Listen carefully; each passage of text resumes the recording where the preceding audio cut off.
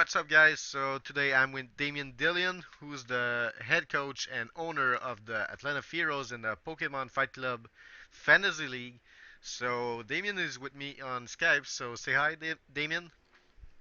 Hey everybody, Damien here, and I'm actually the proud owner of the Atlanta Pharaohs. So yeah, Damien, present yourself a little. Well, you might actually know me from YouTube. I'm Driven Gaming, and well, really, that's all I got. All right. So we're gonna start with the draft recap. Damien's gonna present his team and how he drafted, how he thinks things are gonna go for him in the next season and stuff like that. So his first Pokemon he drafted was Megaltaria. So talk about this Pokemon. Well, let's see. Mega Altaria has a lot of things going for it. I don't want to take up too much time on this one Pokemon because there's a lot here to draft about. But Mega Altaria, the main set that I like to use is Cotton Guard Moonblast. Basically, heavy defense, good offense, and it rips through a lot of opponents at one time. All right. Next Pokemon was Azumarill for your OU Pokemon. OU round one pick, yes, Azumarill. Now, Azumarill, not the best attacker, I have to admit, not the best attacker. Most people like to use Belly Drum Citrus Berry with even hit points, I do believe. But I'm actually not going to do that this season. For this season, I actually think I might run with the Aqua Jet Waterfall style, and I know everybody's going to do a Will-O-Wisp on me, so I'm going to actually try to put some kind of berry or something on it to actually contradict that. All right. On the second OU round, you picked Scizor, non-Mega. Yes, man. That is correct. I did draft not Mega Scizor in OU round two. Now, Scizor, he has a good move pool. I actually think for this season, the best moves for him with suiting my team that I got, looking at it, would be the bullet punching Swords Dance combination with Life Orb. That would be the best set to actually run right now on him, as opposed to all the weaknesses that I have. And he also sticks as well with coverage of Azumarill and Mega Altaria. So that's why I drafted Scizor. All right. Next Pokemon was your first UU pick, Chandelure. Chandelure. Now, Chandelure, I am very proud of. Chandelure has a awesome coverage, awesome move pool. His typing isn't the best, weak to water and ghost, more or less. But he actually covers well in with, again, Scizor and Azumarill with the fire weakness and thunder weakness as well. And I just think that Scizor, Mega Altaria, and Azumarill will handle Chandelure good, especially since he has access to Energy Ball and Shadow Ball and Psychic as well. It's just great coverage. All right. On your second UU round, you picked Crobat. Crobat, very, very speedy, especially with that jolly nature, even without the scarf. Crobat is a fairy killer. With the access to Poison Fang and Cross Poison, with the also access to U-turn if you need to get out really fast, Crobat's really the choice to go, and he's a great defogger if needed. All right. In the RU tier, you picked what I qualify as a surprise in the Rhyperior. Rhyperior. Now, I understand the five weaknesses of Rhyperior. He is not the best when it comes to RU, no. But at the exact same time, I like Rhyperior for Rock Wrecker, Stealth Rocks, Roar and Protect is another good thing to run on him as well. He gets the Stab Earthquake, which helps a lot. I mean, he is just an all-around physical attacker, nothing more. He's not a setup. He's not a wall. He's just a all-out physical attacker sweeper, in my opinion. All right. Um, on the second RU round, you picked a Pokemon that only has one weakness, which is very handy for you, and it's Drapion.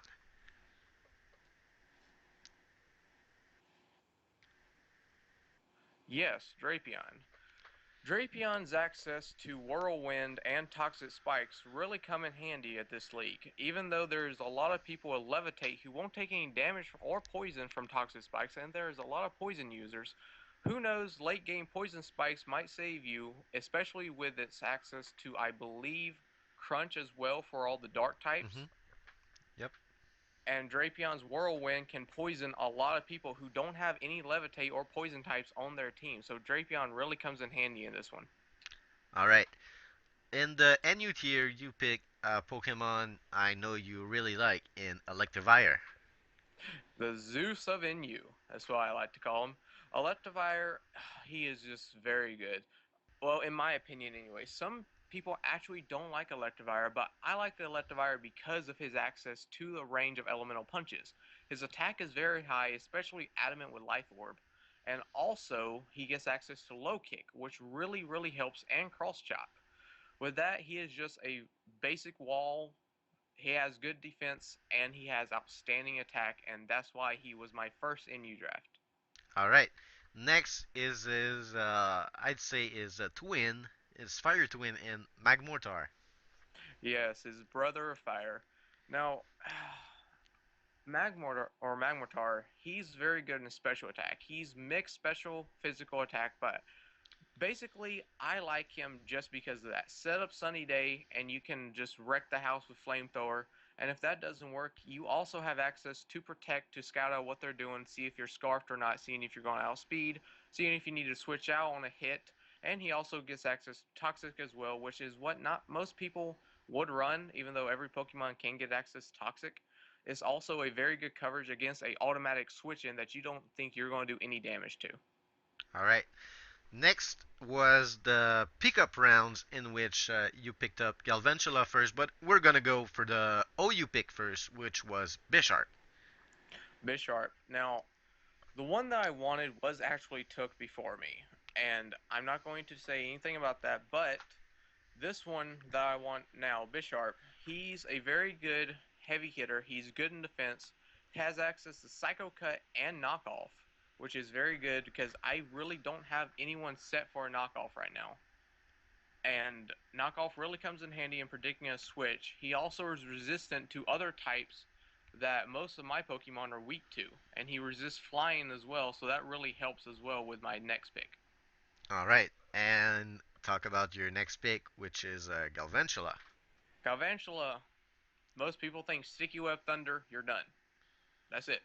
Well, with Galvantula, yes, Compound Eyes with Scope Lens raises your accuracy basically to 100 with Thunder, which in the rain Thunder never misses, but I'm not having a rain team, so therefore I need the Compound Eyes. I needed a good electric special type, which was Galvantula, of course, with the access to Sticky Web, which I'm already have a Stealth Rock user, two of them actually. Sticky Web just breaks the whole entire thing, and it really comes in handy if I need Sticky Web first turn and late game Stealth Rock, so it give me more of a boost. All right, we're done with the Pokemon review. Let's go with your sleeper pick. I'd say your dark horse, something that you think can do some work, even if looking at your team, it's not the potential MVP people might see. Well, see, I'm really stuck between two Pokemon, but overall, looking at the base stats and looking at the fact that it has more weaknesses than others, my dark horse would actually have to be Rhyperior. Okay. And what would be the Pokemon you're the most worried with? The Pokemon that you picked by default, something that you're not very satisfied with. The one I'm not really satisfied with too much myself would, in fact, be my next to last, or actually my last pick, which is, in fact, Galvantula. Okay. And talking about, we're gonna talk about the PFC League. Why did you join it? Well, the PFC League, see, the fact is, one of the admins I am a very good friend with. I am friends with a lot of the people in there, and I've actually wanted to join a lot of the leagues and tiers into competitive battling. I've never been into competitive battling myself, and I wanted to get more into it. And the PFC League is just a very good league, and I actually want to get into more competitive battling. And I feel this is a awesome place to start. It has very good members, very good competitive battlings, and it would just be more of a challenge for me to get started. All right. What are your objectives for this first PFC Fantasy League season? Well, most everybody's objective, of course, is to win. Well, at that, I want to get as many wins as I can. Yes, I'm not expecting to get all the wins every single game. No, my objective this season is really just to play it out, have fun, and really try to get more interactive with the players and get better at battling this season, because this season is my first season here, and I really, really just want to have fun in this group and try to make the most of what I can. All right. And who do you think will be the hardest to beat besides you? Well, that would be the hardest. Looking at the teams, regardless of why I think the first or second battle is going to be hard, yes. But looking at the teams, looking at the things people run, and just knowing a little bit about the competitive tier, my hardest person to beat right now, I think, would happen to be Jeff. Okay. And why? Really, just because of his type coverage, uh, you never really know his move set. He runs a lot of things that most people don't expect, and I am really not that knowledgeable with the physical special of most Pokemon, Yeah. and he just has a lot of Pokemon that I know that can run either physical or special, and it can just be a surprise either way you go about it. All right. So, in the beginning of the video, you said you have a YouTube channel. You want to talk about it a little? Well, right now I'm actually doing what's called a Pokemon vlog or vlog, for instance. What I want to accomplish with that is talking to you guys more about the competitive battling. I've only been competitive battling myself for 1 year. I haven't been a full 4 or 5 year battler over Diamond, Pearl, Black and White 2, etc., etc. Hmm. I haven't beaten all those games. I don't do competitive battling that much. What my goal is really to get new people into it like I got started in it.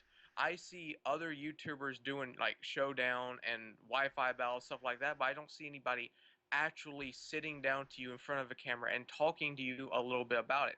My goal is to help people who don't know, like people who are just getting started into Pokemon, to help them understand the basics and maybe help them understand a little more about the competitive battling and what it's actually about.